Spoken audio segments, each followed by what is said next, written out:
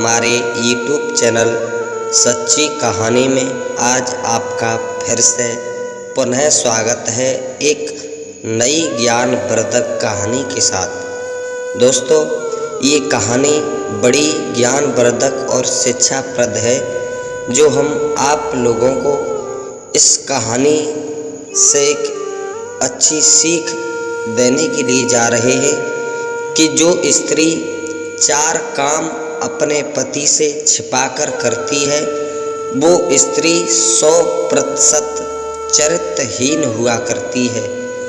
उस स्त्री के लक्षण चरित्रहीन दिखाई देते हैं। दोस्तों, आप हमारे चैनल पर हमारे नए मेहमान दर्शक बंधु बन कर के आए हैं और अभी तक आपने हमारा चैनल सब्सक्राइब नहीं किया है तो आप हमारे चैनल को सब्सक्राइब कर लें और हमारे बेल आइकन घंटी को प्रेस करें। दोस्तों, अगर हमारी वीडियो पसंद आए तो लाइक अवश्य करें। दोस्तों, ये कहानी मित्र बंधु दर्शकों के पास शेयर करें और आपका एक सब्सक्राइब हमारे लिए बहुत ही अहमियत रखता है। दोस्तों, बने रहिए इस ज्ञानवर्धक कहानी में। ये कहानी जो हम बताने के लिए तुम्हें जा रहे हैं कि जो स्त्री 4 बातें अपने पति से छिपाकर करती है, 4 काम अपने पति से छिपकर करती है, वो 100% स्त्री चरित्रहीन हुआ करती है। दोस्तों, प्राचीन समय की बात है।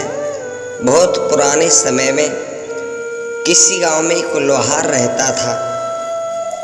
लोहार की एक पत्नी थी और घर में एक लड़की थी। लोहार अपनी बेटी से बेइंतहा प्यार करता था। दोस्तों, अपनी बेटी को बहुत लाड करता था।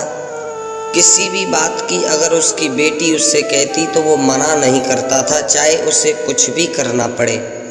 दोस्तों, धीरे धीरे जब वो लड़की कुछ बड़ी हुई, कुछ समझदार हुई, सियानी हुई, तो उस लोहार के लाड़ प्यार ने उस लड़की को बिगाड़ दिया।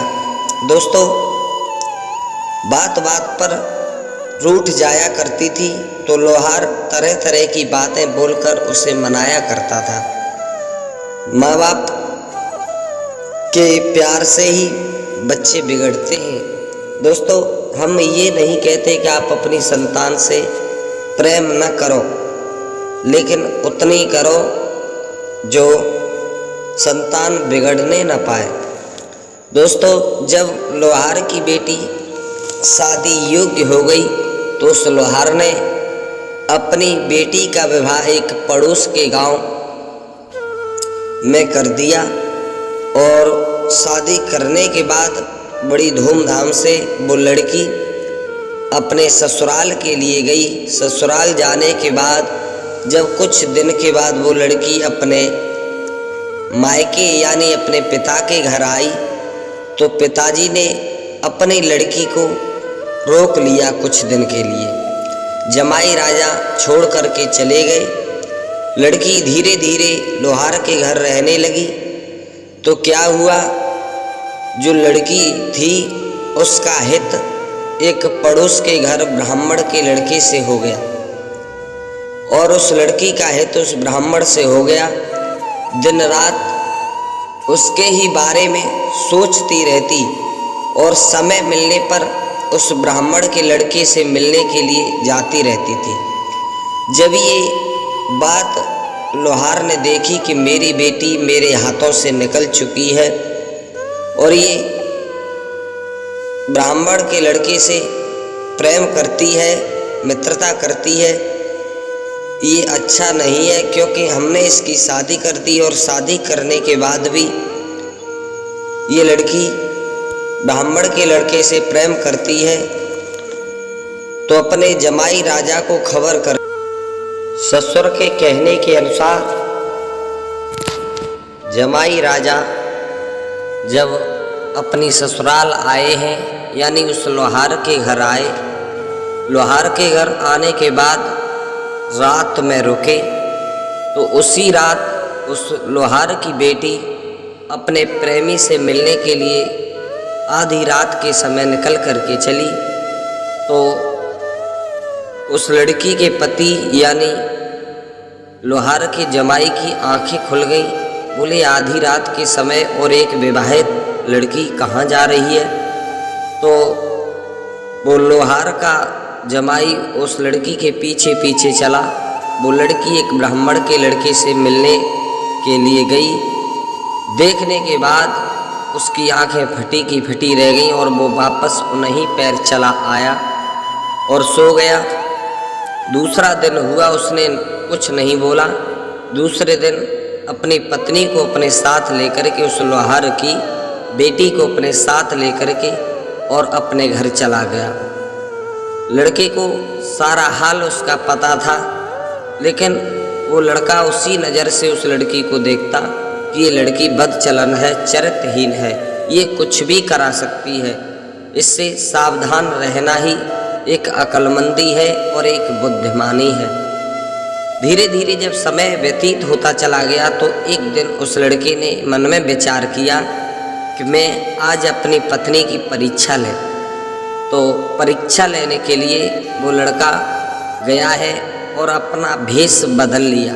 फटे पुराने वस्त्र धारण किए और सर पे मूल के बाल लंबे लंबे जटाएं लगा ली। एक भिखारी का भेष बना लिया और भिखारी का भेष बना करके और अपने घर के दरवाजे पर भिक्षा मांगने के लिए आया। लड़की निकल करके आई। लड़की ने उस अपने पति को पहचान नहीं पाया, तो बाहर निकल करके आई तो भिक्षा देने लगी। तो उस लड़के ने भिखारी के भेष में मना कर दिया। बोले हमें ये भिक्षा नहीं चाहिए, अगर तुम्हें कुछ देना है तो ये जो आपके गले में हार पड़ा हुआ है ये हमें दे दो। लड़की ने तनिक भी संकोच नहीं किया, वो हार अपने गले से निकाल करके और जो भिखारी के रूप में उसका पति खड़ा हुआ था उसके दे दिया और चली गई। वो लड़का उस हार को लेकर के चला गया और शाम हुई तो अपने भेष में आया और अपनी पत्नी से कहने लगा कि तुम्हारे जो गले में हार पड़ा हुआ था वो कहाँ गया। तो उस लड़की ने अपने पति से झूठ बोल दिया। बोले वो हार ऐसे ही घर पे मेरी शादी सहेली की हुई थी, वहाँ पर मेरी सहेली ने ले लिया है, कुछ दिन के बाद वो वापस दे देगी। जब उसके पति ने जब ये सारी बात उस लड़की की सुनी, कुछ देर के बाद वो हार निकाल करके उस लड़की के सामने रखा तो लड़की के होश उड़ गए। तो लड़के ने समझाया कि देखो हमें तुम्हारी पहले की सारी बात पता है कि तुम्हारा हित एक ब्राह्मण के लड़के से है, लेकिन जो कुछ हुआ उसे भूल जाओ और अब आगे ऐसा कोई कदम मत उठाना जिससे हमें शर्मिंदा होना पड़े। दोस्तों धीरे धीरे समय फिर व्यतीत होता चला गया, लेकिन आदत वाला आदत से बाज नहीं आता। तो एक दिन क्या हुआ कि उस ब्राह्मण के लड़के ने विचार किया काफ़ी दिन हो गए हमारी मुलाकात नहीं हुई, तो वो मिलने के लिए लोहार की बेटी की ससुराल पहुंचा। ससुराल पहुंचने के बाद विचार किया कि अब मैंने उसका घर तो देखा नहीं है, कैसे मिला हो। तो उस गांव के एक कुएं पर बैठ गया सुबह। बोले विचार किया कि वो लड़की पानी भरने के लिए अवश्य आएगी और पानी भरने के लिए आएगी तो मेरी मुलाकात हो जाएगी। तो ब्राह्मण का लड़का एक महात्मा के भेष में उस कुएं पर बैठ गया। वो लड़की पानी भरने के लिए आई जो लोहार की बेटी थी। उस लड़की ने उस ब्राह्मण के लड़के को पहचान लिया, लेकिन समाज की लोक लज्जा के कारण वो कहने लगी कि आप हमारे घर चलो। तो ब्राह्मण का लड़का कहने लगा इस तरह से हम तुम्हारे घर नहीं जा सकते। तो उस लड़की ने कहा कि मैं कोई विचार करती हूँ, आप कुछ देर यहीं ठहरो। आज उस ब्राह्मण के लड़के को कुएं पर बिठा कर के वो लड़की गई और लड़की रोने लगी और कहने लगी कि मेरे पैर में दर्द हो रहा है। सारे घर को सर पे उठा लिया, सारे घर के इधर उधर से वैद्य बुला कर के लाए, लेकिन वो लड़की ठीक नहीं हुई, क्योंकि वो लड़की एक नाटक कर रही थी, कोई बीमारी नहीं थी। उस लड़की ने कहा कि मैं इस तरह से ठीक नहीं होगी, आप जाओ और गांव के कुएं पर एक महात्मा बैठा हुआ है, उसे मेरे पास लेकर के आओ। भाग कर के गया उसका पति और उस ब्राह्मण के लड़का जो महात्मा के वेश में बैठा था उसे अपने साथ लेकर के आया।